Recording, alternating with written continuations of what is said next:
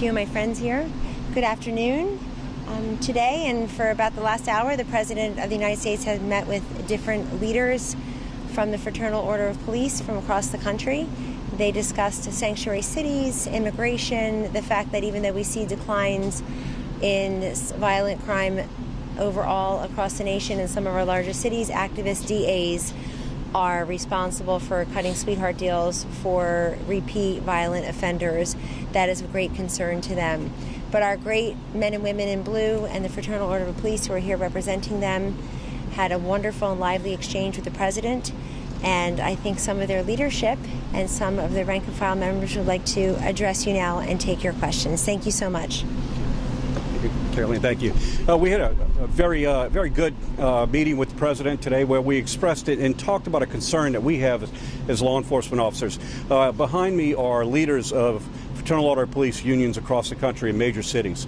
And we see a trend happening across the country where prosecutors are not prosecuting crimes. We're arresting criminals, taking them off the streets, only to have them released in order to continue to offend and commit murders. So we gave a number of examples to the President of the problem that we see and solicited assistance from the Department of Justice to recognize that there's a number of gun laws that are out there, and we would very much appreciate the administration stepping in and stepping up the attack, addressing these gun issues, and let's take some of these violent criminals across the streets. So what I'd like to do now is I'd like to let some of the presidents of these cities say a few words about the issues specific to their cities.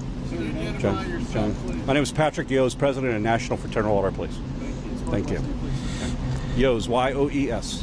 You up, Joe? Yeah. Joe.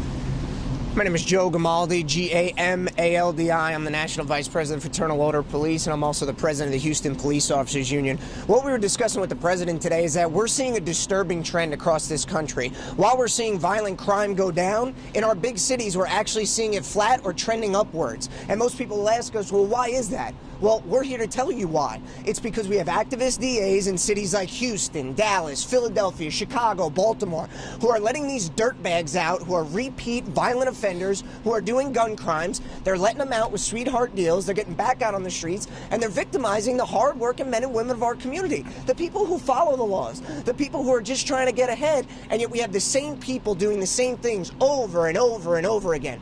And while we have a national discussion about guns here and new gun laws, and that discussion is going to rage for another 30 or 40 years, we're not even enforcing the laws that we have on the books right now. We should be throwing the book at these criminals, making sure we're seeking the maximum on those who shoot people in our community, who rob people in our community by gunpoint. We need to be using the tools that we have in the toolbox now, throw the book at these criminals, and we can actually see a decrease in violent crime in our major cities instead of seeing it increase. Thank you so much for the time. John. Thank you. That's Joe Grimaldi, G-A-M-A-L-D-I. John McNesby, President, Fraternal Order of Police, Lodge number 5 in Philadelphia.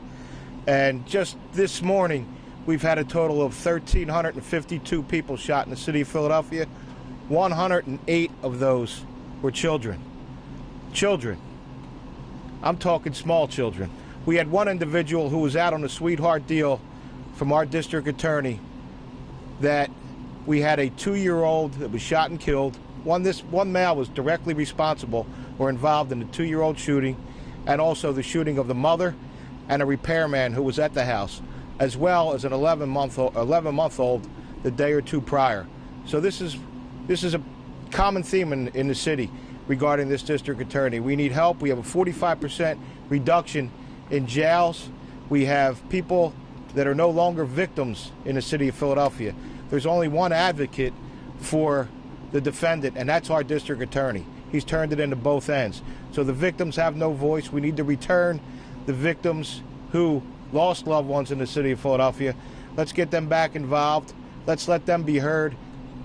The only thing they're hearing is sweetheart deals after they're done from the news media. So we need help in Philadelphia. We called on President Trump, and we want to thank him for letting us come here today and hear from both all the organizations as well as the Department of Justice. We thank them. We thank the U.S. Attorney in Philadelphia for lending us a hand in fighting this, but we need to draw attention to this so that we get the help. Thank you. Are you going to take questions afterwards or during? I think after. We'll take it afterwards. Yeah. Keith Farrell. I'm the president of Capital City Lodge number 9 in Columbus, Ohio. We applaud President Trump for having us here today. And it's a really simple message. The police are doing their jobs. The men and the women that put on the badge every day and go out and lock people up to protect every single person in this country are doing their jobs. And it is not okay with us that anyone is a victim of violent crime in this country. Certainly not in Columbus, Ohio, or in Franklin County, where the officers serve under me there. And we applaud the president for taking the initiative to say that, to come out. It doesn't matter where you live in this country. If you're rich, poor, black, white, it doesn't matter. It's not okay for you to be a victim in this country with the police. We do not like it, and we do not accept it. And we appreciate Mr. Trump taking the time to make that an issue to address. Thank you. Frederick Frazier, Dallas, Texas, F-R-A-Z-I-E-R, representing the lodge there in Dallas. We have the same situation. All of us have the same situation. We're watching rogue DAs do nothing. They got elected, and they got elected to put nonviolent criminals in jail. That's not going to work anymore. The president has taken initiative. He's doing the job that we need help, giving us the backing to say enough is enough. We need these criminals prosecuted. These aren't habitual criminals that are using drugs and little petty crimes. These are hardened criminals that are doing all the dirt in our cities that are causing all the crime. We're 193 murders in Dallas, Texas. That's the highest since 2007, when our crime rate was the highest in the nation. We're going backwards because the same individuals are committing the same crimes. We need help. This administration's help. We're very thankful for the president. We're very thankful for Pat Yo's leadership and the Fraternal Order of Police. And we'll do questions right after this is over with. Anybody else? Well, you hear the same story from every major city across the city. You've got activist DAs who are ignoring their duty. They're not doing their jobs that they were elected to do. They're there to put criminals behind bars to make sure that our communities are safer and stronger places. And our law enforcement officers are doing a very difficult and very hard job every single day, and they're doing it very successfully. We are apprehending criminals, we're taking them off the streets, and unfortunately there's a revolving door in our broken criminal justice system that is returning them right back to terrorize the very communities we exist to protect. And it's time for somebody to stand up and make a difference in that realm. We certainly thank the president for his support and listening to our concerns, and we hope that our cities back home will support and make sure that we are taking all these criminals off the streets so that they cannot continue to terrorize the communities that we serve, so that we can bring justice and safety back into those great places that we work in. Thank you. Anybody else? Or anybody else? My name's Kevin Graham. I'm the president of the Chicago FOP Lodge number 7. We have a prosecutor in Chicago who not only fails to prosecute people, has changed the policy on lowering bond or no bonds, with having the criminals directly go back out onto the street to commit more crimes immediately. We need to make sure that criminals stay in jail. The laws don't mean anything if they're not enforced. We have to make sure that if you're going to commit a crime, you are held accountable for it.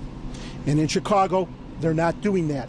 And we want to have a change with the prosecutor to make sure she is going to uphold the law and the office that she's asked to fulfill her duties since she's been the prosecutor, which he hasn't done. Thank you. So it seems that you all are all united in the same call, but the question from some of the communities is, are you that united when it comes to when the police were the criminals, when the police have engaged in criminal activity?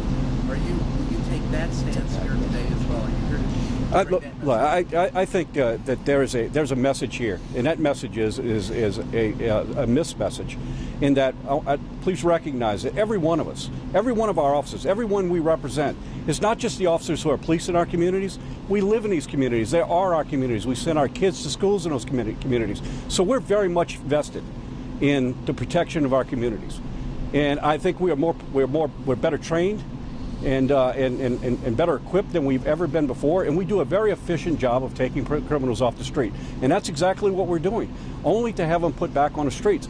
And this is creating an elevation of more and more crime. But for the underprivileged, for the underprivileged, for those who think that the police actually are brutalizing, and there's been that, you've heard that criticism. It's not a unique one, but are you willing to say, listen, we're taking this stance even if the criminals are the police? Look, I'll make it very clear. I'll make it very clear, and this is the message you gave to the president. These are changing times in our world, and we need to be part of those changes. And we are willing, and very much willing, to sit at the table with anyone who wants to have a meaningful discussion about the improvement of our criminal justice system in this country. But it has to be one where we have a dialogue back and forth. No one knows more about the police in our communities than the men and women who are dedicated to go to work every single day and put their lives on the line in order to protect their communities. So we need to be part of this discussion, and we want to be part of this discussion. We want safer communities because we all have a vested interest in it. So, other than bringing attention to this, first, can we get your reaction to the tragic shooting at the military base in Florida, I'm sure you're all aware, as members of the law enforcement community? And second of all, was there a specific action item that you were going to during this meeting? In other words, are there specific legislation that you want him to be pushing for? Is there specific action that he can take unilaterally? What specifically can he? Okay, the first part, you asked about the active shooter situation. And we know it's an active situation, and it's being addressed. I know the president is very much aware of the situation and is following it, and really not in a position to be able to answer that. Our hearts, go out, and prayers go out to the families involved. The second part of that is I think our step is our request is simple. There are a number of laws on the books that are simply being ignored.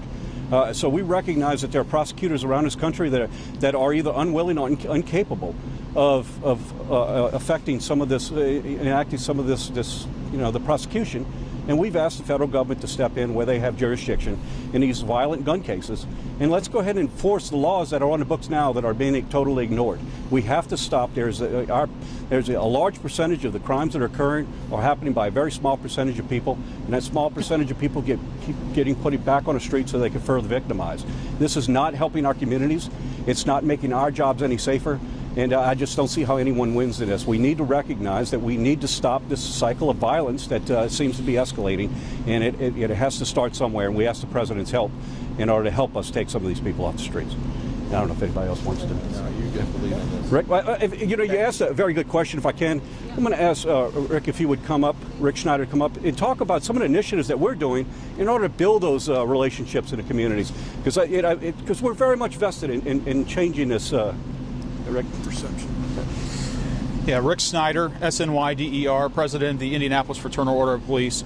To the question about the concerns of the community, it's an absolute concern for us as well. What we have said in Indianapolis is that all the different sides of these discussions, when we set our differences aside and think bigger about the challenges that we face, we can actually start to tackle all of these issues. But an overwhelming issue that we're seeing throughout the cities in our country is this broken system of catch and release criminal justice, where we're putting people with prior convictions for violence and bad acts right back out onto the street where they are re-victimizing our community. In Indianapolis, 3 out of every 4 murder victims in our city are African American males. That should be a concern to all of us, how overrepresented that is. And it's when our citizens and our officers sit down at the table and talk about these things that we can start to address them. But in the meantime, it doesn't matter how many people we arrest. It doesn't matter how many talks that we have. If we are allowing criminals that are victimizing our communities right back out onto the streets, we will never make any progress. So that's a huge issue that we're doing. We're also tackling the issue of better connecting our faith-based community to our officers, our actual beat officers in the community. President Trump's administration just allocated a $1 million grant for what's called the One Cop Project that will bring technology to bear to connect members of faith congregations and the community with their beat officers that are working their neighborhoods. So you talk about prioritizing the prosecution, because one of the pushbacks against your argument is the fact that there's not enough prison space and that they prosecuted misdemeanor and lower offenses. So are you saying they concentrate on the higher end and leave some of the other ones and let them go? We have fully supported different aspects of criminal justice reform. The National FOP was one of the leading proponents to stand with President Trump to initiate the First Step Act, which was a huge step forward on that. But what we have said is there is criminal justice reform, but there's also a difference between that and where our local prosecutors and judges are decriminalizing violent acts. We're decriminalizing the criminals at the same time we're depolicing the police. That is a recipe for disaster, and we're seeing it in our major urban environments in our country. Okay. Thank you very much. Thank you.